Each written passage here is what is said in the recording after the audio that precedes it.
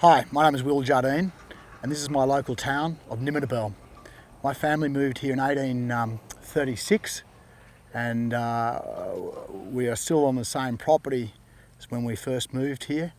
And my kids now are the sixth generation on this property.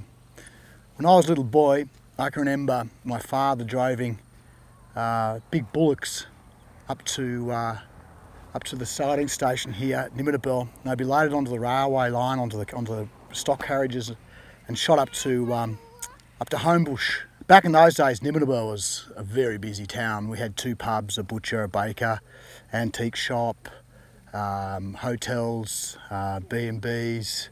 We had a stock and station agent. There's a lot of employment opportunity. And the other big thing we had too was we had a timber mill. So between all those businesses, there was a lot of employment opportunity in Monaro, and the town used to hum.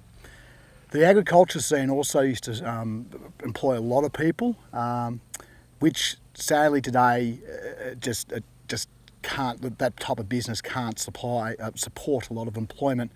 So what we're finding now is farmers are going at running more stock with less labour units. So, like our place used to have 3 families on it, and those 3 families had kids, and they'd all go to the Monaro public school. So, yeah, as I said before, the town really used to hum. But with the demise of the labour in the agriculture sector, we've lost the timber industry, we've lost the railway line. The town really has gone backwards. We have this opportunity in front of us now with these railway lines, which are disused and have been for many years, to turn them into a river of gold.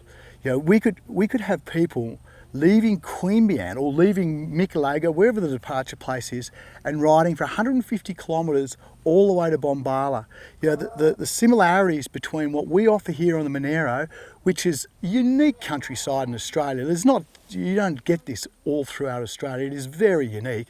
We could offer this 4 or 5 day ride right the way through the Monaro, with everyone getting a bite of the dollars as these riders move through. It would be fantastic for the small villages, and Cooma is fantastic for the area, because right just over there we have the Snowy Mountains, a massive tourist area for Australia, and just down the road here we've got the coast. So what I see is with these with the railway lines, it's just an artery that just flows money down the track, improving all the economies in these local villages.